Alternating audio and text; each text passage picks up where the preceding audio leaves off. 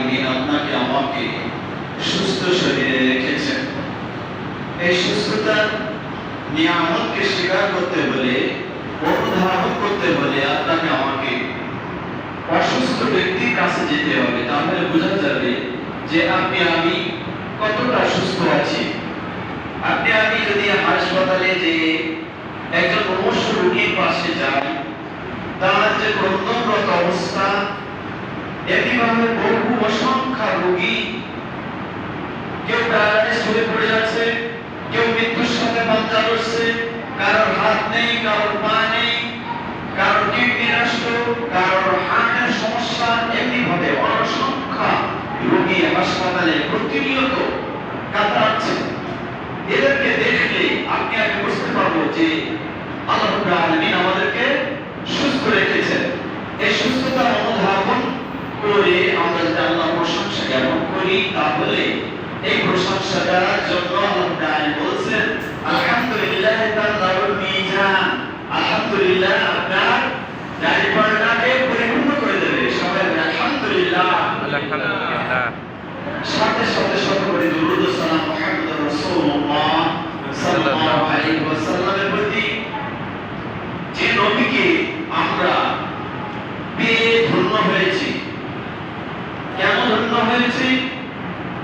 আমরা শেষ নবীর উম্মত হয়ে আমরা ধন্য হয়েছে এই জন্য যে প্রভু নবী রাসূলরা তারা কিয়ামতের মাঠে আফসোস করতে থাকবে যে আল্লাহ রাব্বুল আলামিন আমাদেরকে যদি নবী না করে শেষ নবীর উম্মত করত, তাহলে সেটাই যেন আমাদের জন্য ভালো ছিল।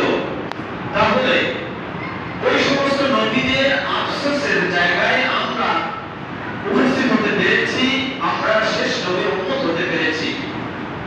এই জন্য সেই নবীর প্রতি আমরা একটা দরুদ পেশ করি, সাল্লাল্লাহু আলাইহি ওয়াসাল্লাম।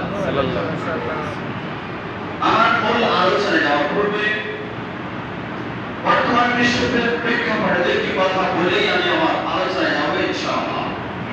আপনারা জানেন যে ফিলিস্তিনিতে আমাদের ভাইয়েরা, আমাদের স্বজাতি মুসলিম জাতি, তারা কিভাবে ইসরায়েল কর্তৃক নৃশংসভাবে তাদেরকে হত্যা করা হচ্ছে। তাদের রাস্তাঘাট বন্ধ করে দেওয়া হয়েছে, কোনো খাদ্য শস্য বিদেশ অন্য দেশ থেকে সেখানে প্রবেশ করতে দেওয়া হচ্ছে না। না খেয়ে তারা যখন কোন সাহায্যকারী সংস্থা সেখানে যেয়ে উঠছে, একসাথে হুমড়ি খেয়ে বহু মানুষ যখন সেখানে যেয়ে উপস্থিত হচ্ছে, তার উপরে আবার ইসরায়েল বাহিনী তাদের উপরে বোমা হামলা চালাচ্ছে।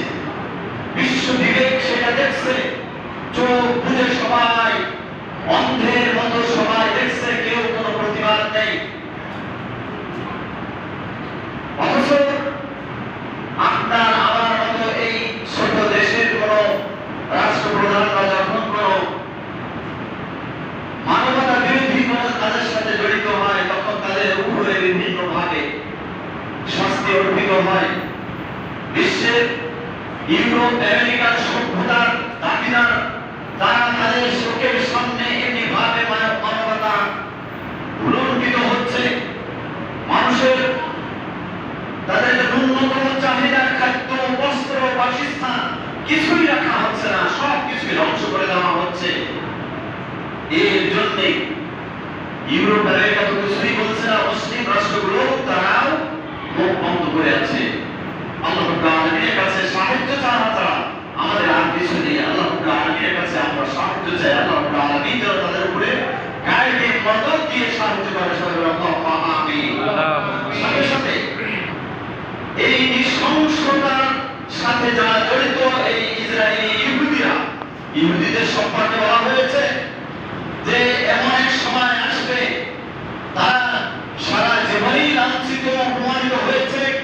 যেভাবে হিটলার কর্তৃক তাদেরকে নৃশংসভাবে হত্যা করা হয়েছিল ইসরায়েলিদেরকে।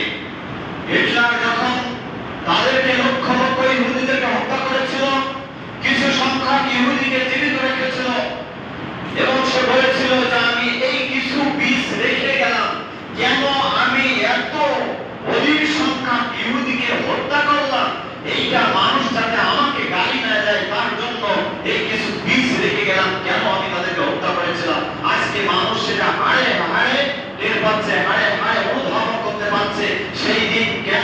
মহিলা তাদেরকে হত্যা করেছিল।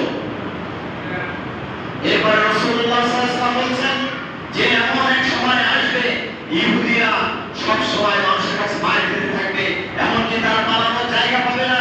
গাছের পিছনে যখন তারা লুকিয়ে থাকার চেষ্টা করবে, তখন গাছ বলে দেবে যে আমার পিছনে একজন ইহুদি লুকিয়ে আছে।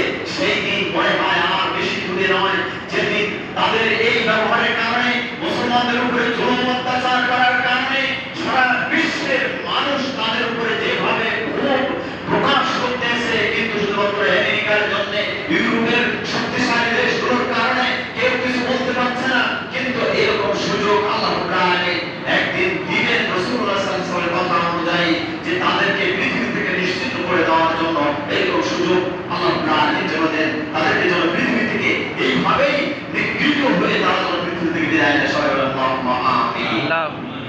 সাথে সাথে সমস্ত পৃথিবীতে যে সমস্ত মুসলিমরা রয়েছে তাদেরকেও যেন আল্লাহ রাব্বুল আলামিন সহযোগিতা করেন। যেমন ভাবে ভারতবর্ষে মুসলমানরা তারা মসজিদে আজকে আমরা নির্বিঘ্নভাবে কোনো বিনা বাধায় এখানে এসে জুমার সালাত আদায় করতে পারছি, কিন্তু ভারতবর্ষে বহু জায়গায় রয়েছে যেখানে মুসলিমরা নিজেদের ইচ্ছা থাকা সত্ত্বেও মসজিদে তারা সালাত আদায় করতে পারছে না।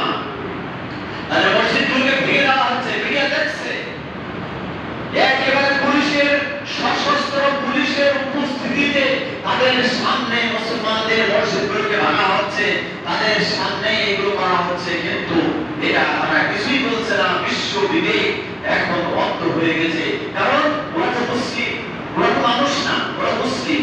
মানুষ আলাদা জাতি আর মুসলিম আলাদা জাতি, বিশ্বের কাছে এরকম একটা পরিস্থিতি আমাদের এসে দাঁড়িয়েছে।